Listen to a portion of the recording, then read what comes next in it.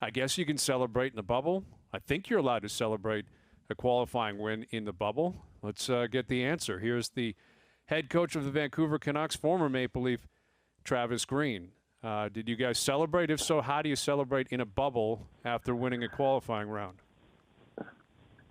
Well, Hazy, yes, we did celebrate, and I wasn't sure. Like, I know last time I was on the air with you, I talked to O-Dog and Noodles about playing and certain things, and I looked it up, and I saw that you did play a couple games in junior hockey. So I saw you got one assist, I think, as a member of the Barrie Colts. That's right. So, second assist. Actually, I think it was a primary. It was a primary assist. Greeny, when you refer to, like, you guys played, you have to refer to all three of us now, not That's just important. I know I made a mistake last time, so I'm not going to do that again. No, you did not make a mistake. He was a bum. I'll take it. Thank you. That's great. I'm included. I'm a part of the crew. I love it. So we did. We celebrated after the game. I mean, why wouldn't you? There's a lot of pressure, a lot of, guys are excited to win. We got a meal room here, and guys went and had dinner, might have had a beer or two, and enjoyed it as much as they could, and rightfully so. I thought they deserved it, and they played hard, and I was happy for them. Are you happy, Greeny, that kind of the response of your team after the first game, they looked like they got roughed up a little bit in some organizations, some young teams, it takes them 5 or 6 years for things to kind of click in, that it's big boy hockey, and it seemed like it took them one game to have a response, and they kind of got trucking after that. We'd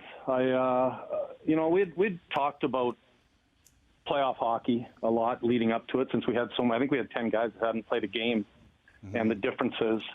And we had some players that were nervous, I thought, in that first game. I could really see it, especially at the start of the game. But it wasn't just leading up. We've got some young guys here that they're really enjoyable to coach, for starters. They're good talents. They're humble. They want to get better, and they're coachable. And we've talked about what it takes to win and what's involved in winning, more than just skill, a lot over the last couple of years, leading up to where we'd hope we get to, which was where we're at now. And again, I put a lot of it on them. They're very coachable. They're humble kids. They understand that, winning in the playoffs is hard, and it's hard hockey.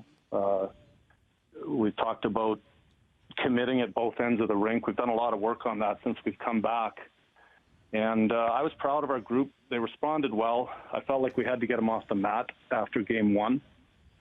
They were really down the next day.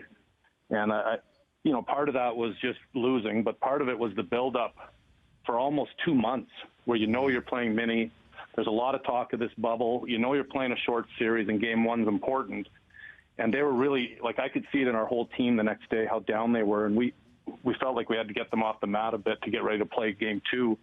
And then also talk about anything different that we had to do in game two. And I give them a hell of a lot of credit for bouncing back and really every game getting better. And we talked about that as a group, how playoff series get harder as you go on. And you can't just play well one game. You got to continue to raise your game right down to the end. And it was a good experience for our group, just to get the win. And now, obviously, facing St. Louis is going to be another tall order. But our guys are excited for it, and they got a lot of belief in themselves.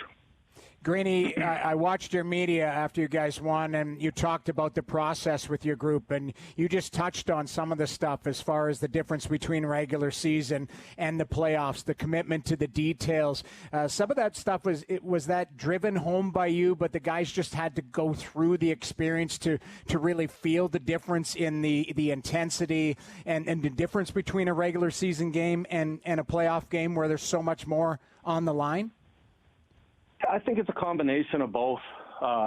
You can talk about it all you want, but until you actually play it, you got to experience certain things to really understand what you're talking about. But I think our team, we've had to scratch and claw for the last 3 years I remember my first year, we didn't get many points.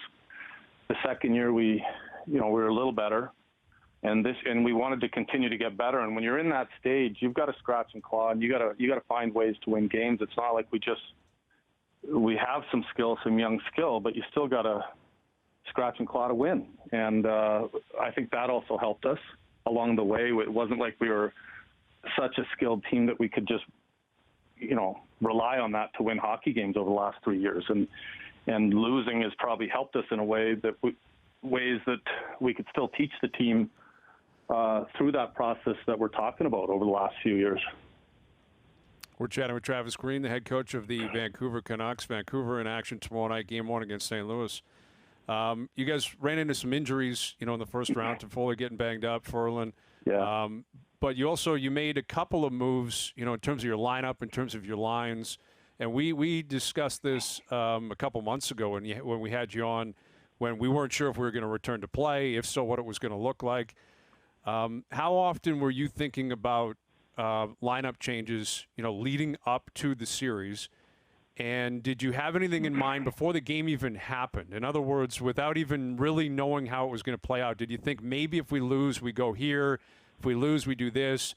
Or did you allow yourself to just watch the game 1 in particular, and then make a decision based on how your team played in that moment? I think we probably would have changed our lineup a little bit if we didn't have injuries.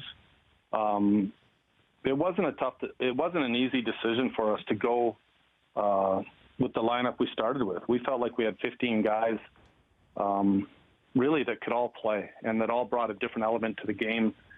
Zach McEwen, for example, he's not a real household name, but we like him a lot, and we think he's kind of built for playoff hockey. And people would say, well, he's your 15th forward. Well, for us, he might not have been. Even the first game we scratched Jake, Louis, and Zach. All three of those guys are in now, and we're fine with it. Our team's fine with it. It's not a shock to our players. So we are fortunate to have 15 guys that we feel can play. Obviously, with Furley being unfit to play and Toffoli as well, it's a setback for us, but probably not as big as it might seem because we've got other guys. And, we've always been a team that, next man up, whoever's next, go in and do your job. Even the last game, we didn't know Fattenberg wasn't going to play until, literally a minute after warm-up. We had no idea. And Levy goes in his first NHL game. And again, it was next man up, and he did a great job.